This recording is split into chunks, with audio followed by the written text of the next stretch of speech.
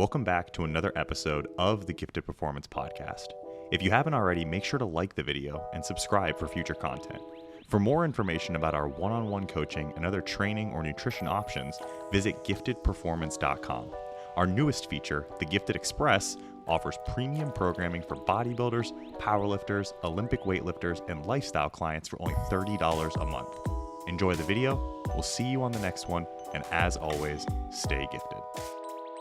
Welcome back. Another Q&A episode of the GPP Gifted Performance Podcast, giving you knowledge, giving you practical takeaways, and allowing you the opportunity to improve your own general physical preparedness.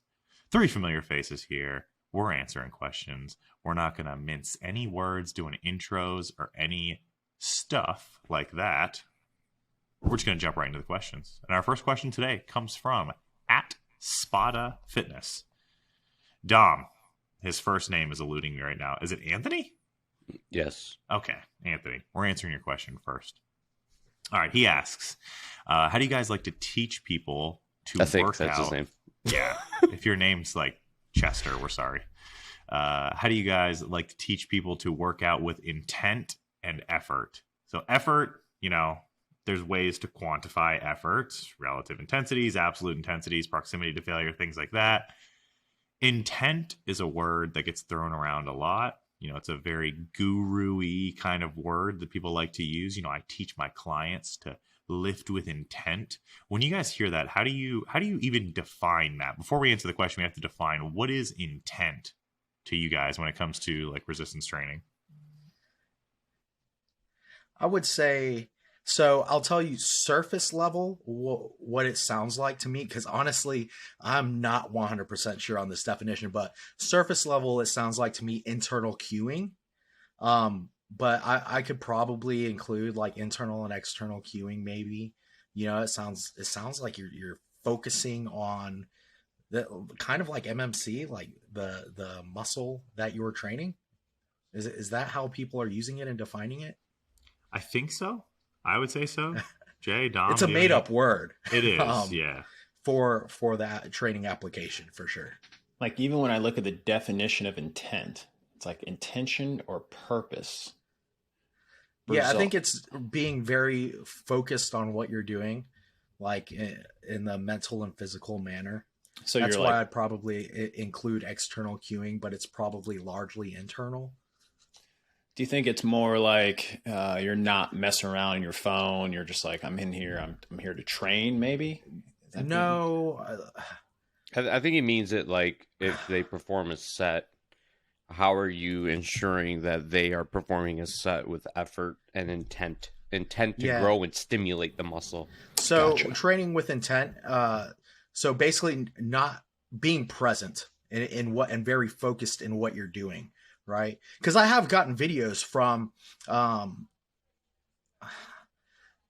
certain clients and, and I've watched, no. Okay. I'll just say it. Usually from females. Right. And I know, right. I didn't want to drop that, but usually it is where I'm getting a video and I can see they're like looking around in the middle of a set. So like when people are doing that and it's not even like, oh, I'm going to look at myself real quick and then back at what I'm doing, they're like actually wandering. It's like, okay, you're not really present right now and focused on what you're doing. And then it almost seems like I can see it on their face. I'm like, you're more worried about your face looking stupid right now and you looking like you're trying than actually like trying and being present for what you're doing. Stop, focus, be present. That's a good one. I usually if I like get through people's training and I'm like, there's no way this was a 0 or a 1 or even a 2. Like I could just tell by reps. Like if their reps aren't falling, you're not training to actually a 1 RIR. Yeah, that's a good point. Like next time we come around, I'll be like, hey, videotape your 1 RIR set. They'll do it, and then I'll break the news and break the hearts of them, and we'll tell them that's probably a 4 or a 5. That's a good point, Dom. I never even, because that's a good, that kind of defines intent to me. I think when I think of like mind muscle connection and also that, if I look at somebody's sheet and they're like, oh, I did all my sets were 12, 12, 12, and 12, and it's an RIR of 2. And I'm like, what? Like that doesn't. Yeah. Well, that definitely helps and clears up effort, right? Because we can see that in the RIR and we can see that in their video, but we can't see intent in the video. And sometimes you can kind of see it in training, like if they are clearly not present, but Yeah, like, you intent could is see more too, of an like, internal. like an internal thing, but like you could see like if they have intention during their workout, if they're making notes on their sheet, like, oh, I felt this my last set, you know, they're a bit more in tune with what they're doing. The best is like sometimes I'll see a sheet and like they have like the RIRs already filled out for the week, like 1 1 1 1 1 2 2 2 2 2, and I was like, oh, this is just not going the way I planned. I think the way that intent is sort of used currently within the fitness community is that your focus just isn't in moving the weight from A to B, right? Yeah, That's a good point. focusing on the mind muscle connection, focusing on using appropriate technique, like using good technique. Yeah. But I do think it can be kind of hard to separate out intent and effort, other than kind of some of the stuff that you guys mentioned. But how do you guys teach that? Like, what are the teaching moments with clients other than what we just talked about for teaching intent? Is it all video? Is it all reviewing the data? Is it a conversation about what training should feel like? What is it? I think one way we can, as a coach, teach that is vocalizing how we do it, and then they can kind of look at how we do it. So I post my training a lot, just so that they can see like how I'm expecting them to train, how I'm expecting them to be focused in their training. I think that's a good way, just leading by example. And then obviously the things we talked about, I think are all really good ways. Like even during prep, like I constantly posted my cardio just so people could see like, hey, I'm doing my cardio with intent and effort. I'm not lackadaisically doing it. Like these are things that I expect from you guys if I'm doing them now. Yeah, I try to get into, especially as I've gotten older. God, that sounds terrible. But, you know, trying to tap more into that mindset piece, kind of like, you know, if I see a video and it looks like someone's kind of wandering around with their eyes, or it doesn't really look like they're into it as much, I'll ask them some questions like, what was going through your head while you're doing that set? And then sometimes they might give you some nonsense answer that doesn't make a lot of sense. And sometimes they'll be honest, like, listen, I had a rough day at work, blah, blah, blah. So then you can kind of get into what's going on there. But usually I try to tap into like, listen, this is the only thing that you have to do is just get through this set. You're only going to get one shot at this. Well, you're not going to get one shot, but you get one shot at this particular set. If the effort isn't there and the intent isn't there, then you kind of wasted your time a little bit. And especially if you're, you know, a pre-contest, or even in some instances, if you're an off-season competitor, that's where it matters the most. And even if you're, you know, a strength and power athlete or something like that, that's where, you know, that practice will allow you to manifest the best performance on the day of the game. So it's, you know, kind of impress the idea that this is the performance that's leading into your performance. Yeah. Very 8 Mile of you right there. You only get one shot. Yep, that's it. Mom spaghettis. So the thing with intent, which I definitely want to make sure that people know this is just a made up fucking word. But the thing with intent is, in order for us to have any kind of internal cueing, like physically, we have to set ourselves up to move in a way that activates the musculature optimally, right? And so what I like to do and start with, like in my training under a lot of movements, especially more complex movements, I type in a lot of cueing. Your elbow should move in this direction. You know, think of pushing this towards this body part, or towards the ground, or towards the wall, or whatever, towards your hip. Supinate your hand, pronate your hand. Yeah. So, you know, do this with your knees, point whatever this way. And then sometimes I'll even like send video of myself moving. Like Dom and I have a shared client, and I recorded a video of like, all right, move your hand this way, just try and contract your upper chest, notice which direction that your arm naturally moves in, and stuff like that. Video helps. So giving people, I think the start there is giving people the correct external cueing and form and technique modifications. And then the internal cueing, you know, kind of comes later, you know, when you know how to contract a certain muscle and you can feel it and, you know, get your pumps and all that stuff. And as far as effort, I think that, you know, I'm a big proponent of being okay with low efforts, right? Early in training, but the sort of caveat there is that we are overloading over time and training eventually gets hard.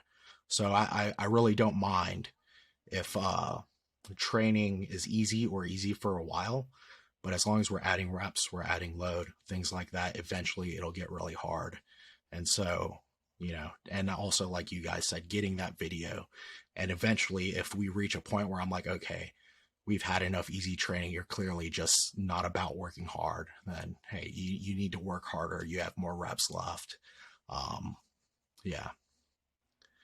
I think one of my main issues with the intent argument is like the cringe lord hot take that you see from people, where it's like, it's not about intensity, it's not about frequency, it's not about weight on the bar, it's not about sets and reps, it's always about intent. Like, you have to have the intent to grow before everything else. It's like, what the fuck what are you talking about? Like, that is all of our intent when we go into the gym to do that. That is an agreed upon starting point, and I just see people share that all the time. It's like, shut up. Why are you like this? It's this participation world we live in now. Intent to grow. Like, oh, big fucking 200 IQ 5-head shit right there. You have to have the intent to grow before you do. Oh if God, your muscle contracted against the load, it moved the load. Your muscle got the stimulation. Yeah, but what if your mindset wasn't there, bro? What if you didn't have that internal like intent to grow? It starts with the mind. It makes its way down to the muscle. And so I'm not going to call it, I'm going to call it internal cueing. Like, there is some research to suggest it can be useful. And particularly with maybe single joint movements or small muscles or lighter Schoenfeld loads. did a study, and that's not even a joke. That's not even a joke, because that study actually was from Schoenfeld. He did. Yeah. So, I mean, there's definitely some practical use there. And I think that there is something to be said about people who make progress and people who are focused and take things seriously, right? But absolutely not. Yeah, it's not like that's not we would for sure get sued if we made a t-shirt that said Schoenfeld did a study, right? If we tried to like maybe if we spelled his name wrong. What if we asked him? I'm sure we'd be like, hey, only Schoenfeld in the world. It's true. Yeah, that's true. But he's the only one that's done the study. All of them. You know, we can make that shirt and be 100% fine. It's because it's true. He did the study. Yeah, he did. Yeah, we're not falsifying anything. It's true. All right. He did all of them. Our next question comes from the Dematracheus daddy, the Dema daddy himself. Don, the Dema daddy. That's a better Instagram name for you. I'll let you steal that one. It comes from @oddliftsdemo. He says, over 50, Jason. That's training to keep training to keep muscle more prominent than actually building new. So I think the question is rooted around, over the age of 50, what kind of training would you do to maintain muscle as opposed to building new muscle? You got to dance with who brung you, dude. You got to stick with the good old basics that built it. What built it will maintain it. That's my I think my he's asking, like, what's more important, and like, can you build new muscle at 50? The most important thing is intent. The most important thing is not falling down at that age. So Don was a really good power lifter. I think he had over 2K total at one point. And now he, gave that up. His shoulders are beat up, his knees and stuff. So like, he's trying to figure out how he can train now for more maintenance, bodybuilding purposes, things like that. He's done some bodybuilding shows too, but I think that's what he's trying to get at. Like, Is there like should I be focusing on trying to keep my muscle or trying to build new muscle? Yeah. I So kind of feel like a. Go ahead, Ryan. Sorry. you can start with like do you want to start with like a basic needs analysis here for an individual like this? I think this is a good Well, little case first study off, right over here. the age of 50, you're fighting time and like just natural sarcopenia that could be happening. So like anybody over that age needs to be mindful of their protein intake just generally because they'll naturally start to lose muscle. They should get their endocrine system checked because they probably would need some sort of replacement therapy. And that is probably what would be key factors in even maintaining muscle at that point. Building muscle after that fact, then you're looking into, what other ways we can try to get the system back to where it would be like in a spot to actually build stuff. To my knowledge, there's plenty of research that shows that individuals over the age of 50 can build muscle, but a lot of that is going from sedentary. So it's like sedentary elderly, and I'm talking about like 60 and up here. I'm not calling 50 elderly. 50 is far from elderly. I'll be there before we know it. God, let's hope not. Elderly folks like 60, 70 building muscle. It's all relative to the starting point. Exactly. It's all going to be relative to that starting point. So Don, his starting point is probably significantly, 3 standard deviations removed from the mean compared to who this research was done on. So is that kind of the starting point of like, are we just trying to maintain, or is there a possibility for someone who maybe had a history in powerlifting to build some muscle later on in age? Theoretically, I think there's a way to build muscle through hormone manipulation. Theoretically. Advanced sports supplementation. But what Enhancing about responsibly? But what about if Hashtag. someone has, let's just say, a person they've trained up until the age of 50, but it's sucked. It's just not been very good. Have they hit their genetic ceiling, or if they were to switch to some programming that made a little bit more sense, that was progressive, they're tracking their lifts, things like that. I think there could be a possibility to make some progress at 50 plus years old. But again, you're kind of fighting time a little bit. Yeah, I think there's always room to make some progress if you've had major flaws or holes and gaps to fill in terms of nutrition, recovery, and training, for sure. But yeah, if you're over muscled or very heavily muscled going into your 50s, at that point, you probably are largely just hanging on to what you have, fighting to hang on to what you have. And some people look at that and they're like, oh, well, what's the point even?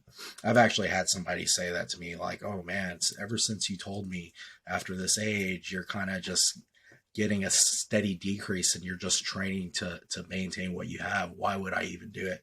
Well, the rate you lose it at if you stop training and you stop being physically active is absurd. So, and I think we can all find examples too of people who continue training into like old age. They still look pretty good. You can still look pretty good. You might not be, competing as a super heavy at 60 or 70 years old or whatever, but you can still look pretty good and maintain a lot. And it's important for your health and your quality of life, I get, So I'm sorry. I was listening to, I forgot, or maybe I read something and it was, that argument of, after you get to a certain age, you just can't get away with certain things like, oh, you can do this, but once you get to this age, you can't really do it anymore. And I think, God, I'm trying to dig through my own stupid brain, but I believe it was a study. It might have been in China. Can we say China on the podcast? I think so. Can we say Very carefully. You Okay. get like 3. You get 3 of them, and you've already used 2. So be careful. All right. So there's a large country that may or may not rule the entire rest of the world, but I believe that's where the study was. I believe that's where it was, but they were testing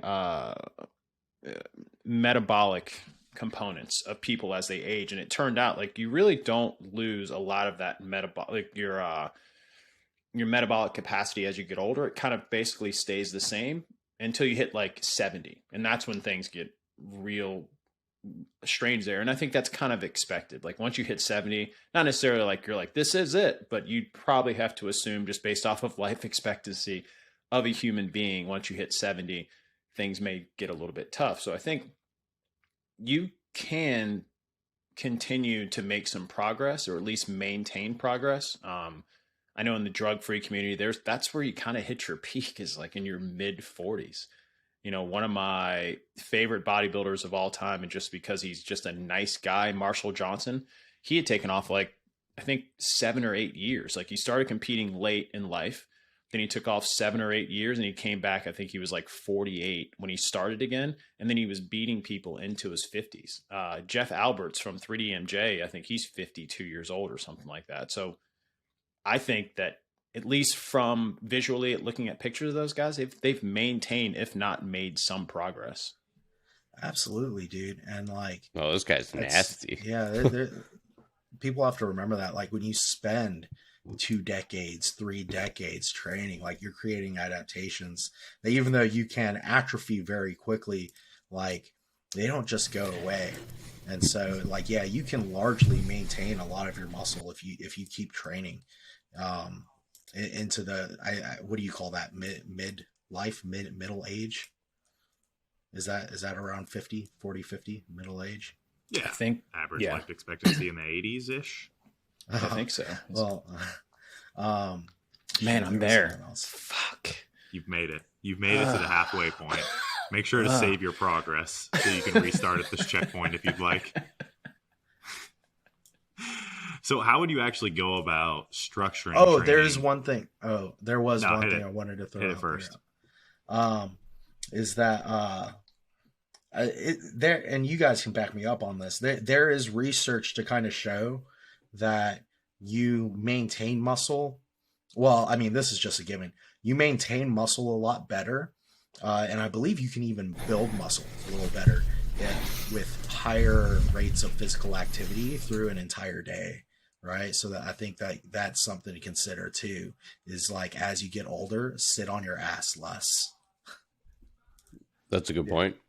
I think that's one of the bigger contributors to what Jay was talking about, how like 70 is kind of where that metabolic fall off is, if you control for all the other variables that occur when people start to reach they start to move around less. They don't lift weights anymore. Their diet goes to shit. Like, and those are the real contributors to metabolic or I don't even know if I want to say that, but metabolic downregulation as life goes along. And there's a lack of interest in food as you get older. So that's the other thing. So your hunger goes down. So then your appetite. So the thought of eating like 1 gram per pound of protein is like, I'm 70. I got a lot of other stuff to concern myself with. I've got knitting. I've got reruns of like, the People's Court or whatever. I got stuff to do. So General Hospital. Yeah. Yeah. Part of my master's, I did a part on sarcopenia and challenging the RDA for intake of protein because of that. And it was like most of the stuff I found was like what Jason said, like they don't have they're satiated a lot longer. They don't find the need to have to eat more. So like overall protein intake goes down. And then on top of that, they're more inactive. Most of them retiring from jobs, not working as much. They're not as active as much. So that's where, like, aside from like hormonal things, those were 2 of the biggest contributing factors to like sped up sarcopenia. So what are those big pieces that you want to have in place for someone's training program who might be hitting this milestone, hitting that halfway point, that 50 years of age? Where would you start on their training program? I think I'd probably look at what's worked in the past to see what they're doing over the course. Like, kind of ask that question, when you were at your peak, what were you doing? And sometimes you'll get some nonsense that doesn't make a lot of sense, but it kind of gives you a really good idea of where to start. And I almost feel like, and I can attest to this as I've gotten older, it's almost like I need less volume than I did when I was younger, just because I feel like, and it could be just because now it might be better volume. When I was younger, it was just a bunch of wacky shit. Like you just do drop sets on everything, and that's how you got there. So, that could be a little bit of is kind of start on the lower end and then kind of work your way from there. I think that's interesting that you said the need for less volume, right? Because the first thing that jumps out in my mind is a natural. Like if you're at the sort of upper end of the most amount of muscle you're ever gonna really have, like, is there a point to kill yourself with a lot of volume? We know that we can already maintain with a lot less volume than we need before, like in terms of hypertrophy. And we also can still probably progress strength with a lot less volume than what typically bodybuilders use, right? So we can still feel like we're having productive training and still have largely productive training with lesser volume. That was just sort of like one of my first thoughts in terms of like needing less volume. But I think we have another aspect maybe you consider, right? Isn't there some research showing that elderly individuals, and I know 50 isn't elderly, but as you get older, maybe there's some anabolic resistance, then that maybe protein intake and training dose may have to increase if you're well trained? Well, I think with like a sedentary, like as they get more sedentary, they'll probably accumulate a little more body fat. They could develop more insulin resistance, so they might not be as responsive to like some of those hormones that are involved in growth. Yeah, I don't know what the reason is for the anabolic resistance or potential anabolic resistance. I just know I've seen it cited and talked about, at least with protein intake. I want to say training dose, but I could be totally wrong. But either way, like if it is a brand new individual to training, I mean, it is wise to start them off at the lower end of recommendations, because I mean, as with anything, if you pick some weird number, too high, or, just randomly, it's like, well, if that didn't work, where do we go? I don't really know. But if you start on the low end, and you're like, I think we could optimize these outcomes a bit. Well, there's only one direction to go. It's up a little bit. When I think about what you just said, Paul, I think from like, me, I always put my shitty evolutionary biologist hat on. And I think as you get older, hormone levels change. And, a portion of the mechanism that attributes, muscle gain is hormonal. So hypothetically, if reproduction is no longer sort of on the table for you once you get to a certain age, there's kind of no need to really move around your skeleton quite as much, right? Because that's like the whole entire sort of goal of the species is to reproduce. So it almost, like you said, there probably is some sort of strange threshold as we get older where, that's about as good as it's going to get, as far as it goes to like muscle protein synthesis, just because reproductive processes are also sort of downregulated. Your body's like, this is the end. This is it. There's nothing left. But then you got these old dudes, they're still having kids. Die. Yeah, you get these old dudes still having kids at like 60 and 70. So who knows? And you got the highest rate of incidence of HIV in the world is found in a lot of these like retirement communities. So Jay, I don't know if your theory holds up to the average retirement community. There's some ripping and some tearing going on. Now we got Viagra and all the special pharmaceuticals. TRT plus Viagra equals one fantastic potluck. And you're locked in a building with a bunch of other. Just everybody's digging in on Denise's souffle. I'm getting in there. When you do start to age, you do see a shift in goals for a lot of individuals. Early on, it's like, let's be as jacked as we possibly can. Let's be as strong as we possibly can. And then you age a little bit and you're like, fuck, man, like I don't want to die in 10 years. Let's shift over the goal of my training to longevity. Does that play any role in how you would structure someone's training plan? Are you going to shift the focus over to maybe some cardiovascular training, some flexibility work in there, some stability work? Or is it really still going to depend on the client's goals themselves? Probably clients' goals. I want to rewind a little bit to the original question of where would we start? And a lot of what I like to do now is figuring out what somebody's already doing, right? So if I picked up somebody at whatever age, it doesn't matter what age they are, I don't just give them a step count. I'm like, hey, record your steps for me for these next couple weeks, right? And then we move from there.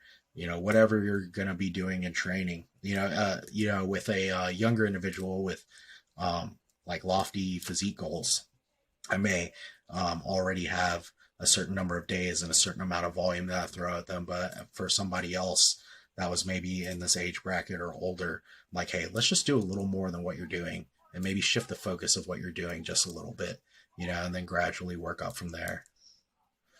But yeah, no, I mean, they're probably, in terms of like the like what their training consists of, I mean, I would largely personally base that off of like what their current capacity is, like if they've never trained at all and don't know how to do like a really good like back squat or something, like, yeah, we're probably going to lean towards like machines. I might, see how their form looks on a goblet squat. Like I may not give them the same training, and then eventually maybe work them towards more complex movements if they have the ability, more technical movements, and like unilateral stuff and stuff that may require a little more balance over time, but definitely not right off the jump in every circumstance. Think about there's sort of a it's pretty accepted in the literature that there's a correlation to lower body strength, imbalance, and stability and morbidity. So you got to figure, as you get older, we always joke around like you don't want to fall and break your hip, but that's literally an issue as people age because they don't have the lower body strength or the stability to just walk upstairs. So I think, again, 50 is not old, and that's probably not a concern at 50, but somewhere between, say, 50 and 60 is where those things probably need to be addressed. Can you balance on one foot for an extended period of time? Can you balance on one foot with load for an extended period of time? And cardiovascular stuff, as we, not even as we age, just throughout our life in general, cardiovascular health is pretty important. So if they've had none of that, I'd probably put some of that stuff in there. But I definitely think, single leg stuff, stability, all those things are probably going to come more into play as opposed to someone that's just, I just want to get jacked and get on a bodybuilding stage. Makes perfect sense to me. All right, let's get this last question in the books here. I just swapped that on you guys. Prince Disney. It was going to be your question, but we swapped it because that one is honestly like a full episode worth of conversation right there. That's a long one. So the next one comes from, oh shit, we did this last time. I said it was Enrique Iglesias. It's not Enrique. It's Ricky Martin. Ricky Martin wrote the song, and then Dom was like, yo, I know Ricky Martin. He was at my wedding or some shit like that. And he was like, oh, Ricky and I went to high school together or something. So at Livin' La Villa Loca says, what is your favorite carb to fill up on? Not flavor, but calories to fullness ratio. Like the fullness of the carb? I think easy, like making carbs, you feel full, low. I think. Oh, I thought it was like, okay, maybe like fill up for a show. No, he's not a competitor at all. So is he just thinking just like low caloric? I don't know if he wants to get full or not get full. Like how maybe calories to fullness ratio. So the most satiating, the most. I think so. Okay. I think that's it. Yeah. Okay. Boiled white potato, bro. I'll tell you what it's not. It's not fucking when you blend up zucchini and put it in oats, because that I tried many times and it didn't do shit for me. That's zucchini zoats.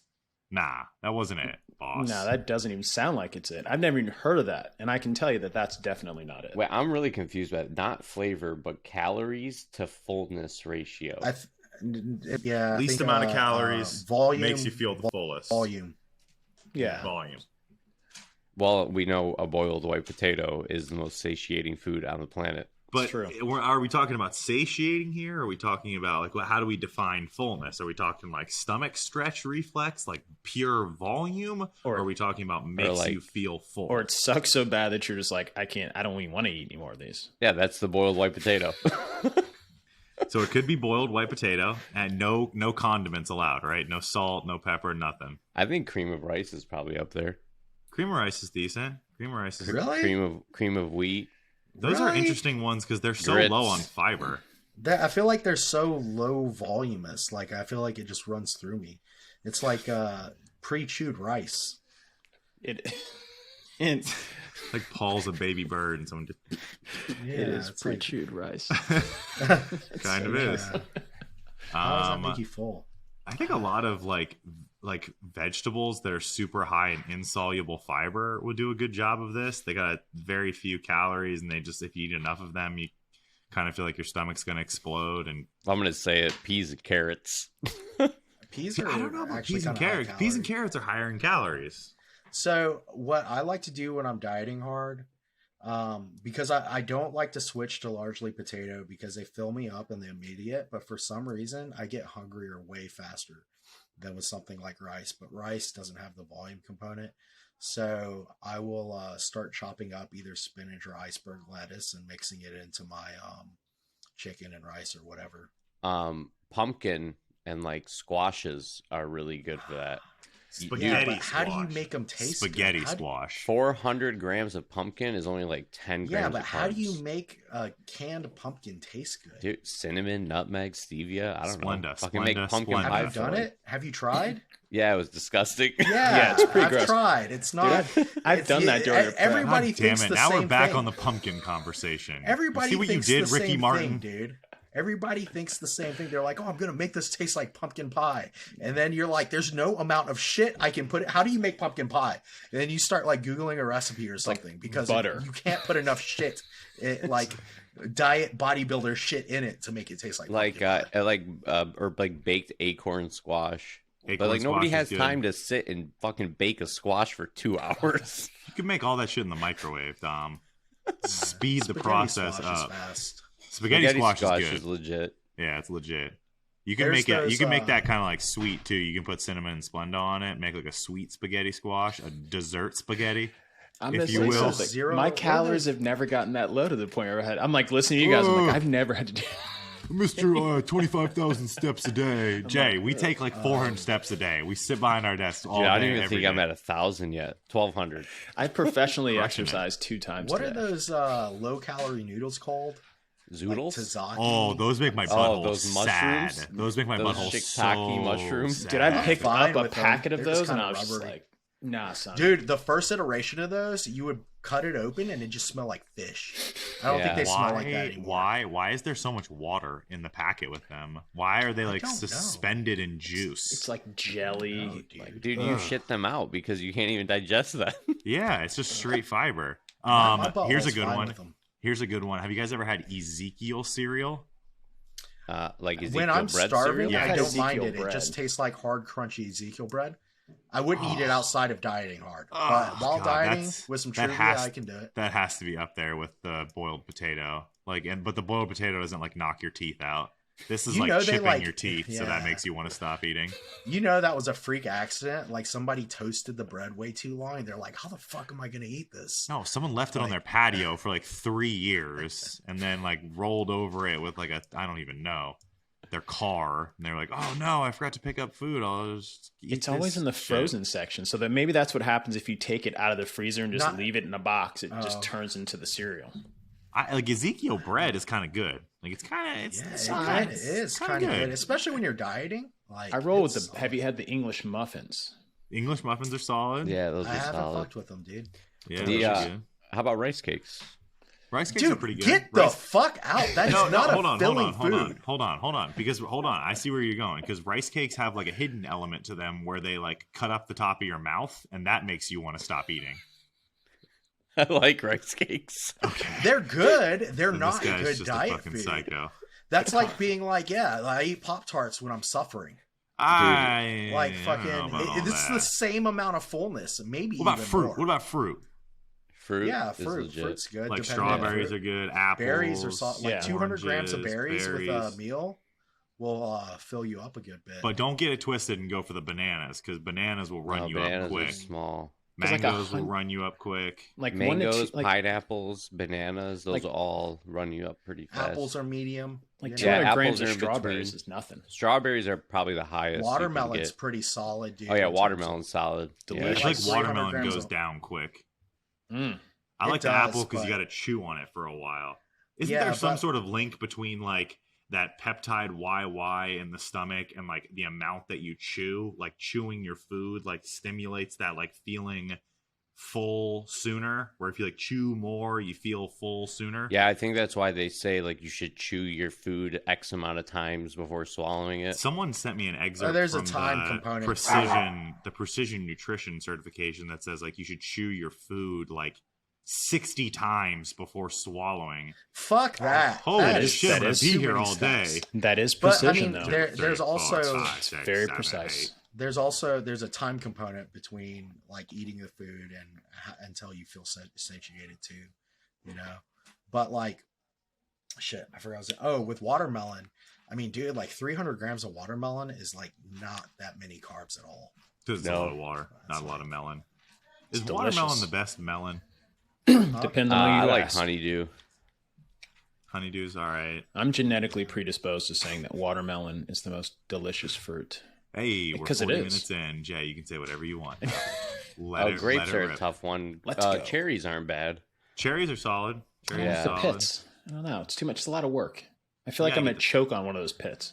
Yeah, The fuck pits grapes slow with you down. seeds. You don't swallow Fuck the grapes pit, with Jay. seeds, right? Really? Yeah, you gotta Yeah. pea shooter booty. Katie's like, what are you doing in there, Jay? Like, I'm having my alone time. Leave me alone. Oh, pasta's a good one. What kind of pasta? If you're not dieting. Oh yeah, if you're not dieting. Have you It's guys ever had great. that black bean pasta? I haven't been. I have a client It's eating not bad. edamame pasta now. What's the Yo, benefit you know of what that? pisses me off? She's vegan, and it's a way to get protein in. But she Very said it's true. super filling, and it's like 19 grams of fiber per serving. Oh my lord! Is edamame the little tiny balls? Like the ones that Soybeans. come in like a Soybeans. it's like a bean Almost. that you I dip in almost soy lost sauce. it. I almost lost it on Kyle Oh, okay. because I think he wanted to like switch his like on his meal plan, the like pasta to high protein pasta, and I was like, look, man, it's like 1 or 2 grams of protein a serving. No, Pasta it's not. is high protein. No, it's not, dude. That Yes, it high is. protein pasta, if you get the right brand, What you do you can mean? get like it's literally 18 2 grams more. No, It's like I've 2 seen grams. some brands over at Publix. I'll send you a picture of it when I find it. It's like 18 grams of protein. It's like a whey protein shake inside of the pasta. No, that's not. Dude, that her doesn't her exist. her edamame like mung bean pasta is 22 grams. That's of that's protein. for like 2 or 3 servings though. That's for like 3 servings or 2.5 or something. How do you know, Paul? You're talking out of your Because ass. I've- You've never I've had picked up the mung bean, boxes. soybean, edamame pasta. Because I picked up boxes of pasta that were like 22 grams of protein, Edamame and then I turn it sounds around. Korean, but that doesn't make you an expert on it out of the gate. You got to do your research, I dog. think it's Japanese. Couscous. That's what I'm thinking of. Oh, Couscous. couscous. The rice so Couscous is nice they legit. named it twice. Yeah. Bulgur wheat is pretty good. What is that? Cracked bulgur wheat. I feel like you just It's made like that up. Expand? Here, I'm gonna try to find it. I'd imagine quinoa's good, but I don't eat it because it just comes out of my butthole. in It's whole it's form. real high in fiber. Like I eat that and it just right through. Yeah. I'm I just try to do keeping out quinoa. Quinoa I throw in with like couscous. It's like they're the Fuck is same in my couscous, mind. Pasta. Oh, here we go. We're screen sharing pictures of bulgur wheat. Looks like oatmeal and like couscous had a baby. I think it's just big. I think it's just bigger. now it's just a couscous. picture of me. Oh no, That was- I think it's like what cream of wheat is broken down from. So it's like So it's chewed up not wheat. rice. It's the like chewed up chaff. wheat. It's the chaff. You separated the wheat from the chaff. All right. So here's the thing: things that you make smaller are not more filling. I just have to throw that out here. And also, things that you pull all the water out of and eat dry are not more filling. Dried Right. fruits. Dried So fruits. rice cakes, fuck those off the table, right? Rice cakes are great. You know what? I I'm gonna agree. enjoy my 10 rice cakes right now after this. 10? 10? I only eat rice cakes during prep. It's just like as soon as it's like, okay, I'm prepping, just immediately buy a bunch but you of have caramel rice 400 cakes. grams of carbs to That's fuck true. off with. It's a valid argument. Why backstage does everyone go with rice cakes? Like, why is that just the bodybuilder backstage Because food? bodybuilders are dumb as fuck, dude. It's true. Why? They're super high glycemic. It's easy They're to transport. easy to carry. Yes. Yeah. Yeah, I guess I could see that. Have you guys ever run out of food backstage? Yes. I've done that Tampa Bay Classic 2015. Men's open bodybuilding didn't go on for finals until like 1:15 a.m. Wow. And they were backstage losing their minds because everyone was out of food. I did the Team Universe and I ran Do you out of have any food rice at like cakes? Do you have 4 any in the honey? afternoon. And I met Yeah, guys tonguing down a jar of honey. A jug of honey. All right. There's your most filling carbs for you.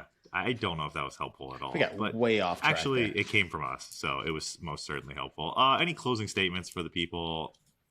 Folks, rice cakes are fantastic, no matter what Paul tells you. They're tasty. They can be, especially when you're hungry. I don't hate rice cakes. Progress. We're heading in the right direction. I don't hate them. I You're do a like hater. them. They're Jay, just not a good diet food. canned pumpkin, yay or nay? I'm out Big on the nay. canned pumpkin. Big nay. Because I've had pumpkin pie and it tastes nothing like that. So Dom, that? we heard him all podcast. There he is. He knew I was about to talk about know it. what he's doing, dude. What's Charlie's favorite There's carb? probably a plastic bag blowing in the wind or something. What's Charlie's favorite people food? His favorite people food? He likes egg whites and cream cheese. He had egg whites this morning. I make him a little bit of egg whites every morning. he's Oh so my sophisticated. He's like, I'll have my egg whites and my cream cheese, please. I give my Reduced dogs fat, my eggshells please. after I crack the egg. I'm like, here, you can have the shell, no egg. Really? Yeah. I guess that's better than me feeding Boo my scabs. I thought it was. It's a small I just- step. He loves them. He loves them. Christina's he a knows. fan because if I don't feed them to the dogs, I just put them back in the carton. Boo hears me picking a scab from across the room and he comes running and he's like, "Oh, that's for me. I know That's what for I want to eat." So gross. All right, I'm gonna go get beaten by Jimmy because she's currently staring at me like I did something wrong. You know about the scabs. All right, folks, that's gonna conclude our episode here. We will see you on the next one. Make sure to like, comment, subscribe, do all that stuff that pushes up in the algorithm so that we can get famous. We love you. In the meantime, before we see you again, stay gifted. Paul. This is for you, Tom. Ooh, yikes.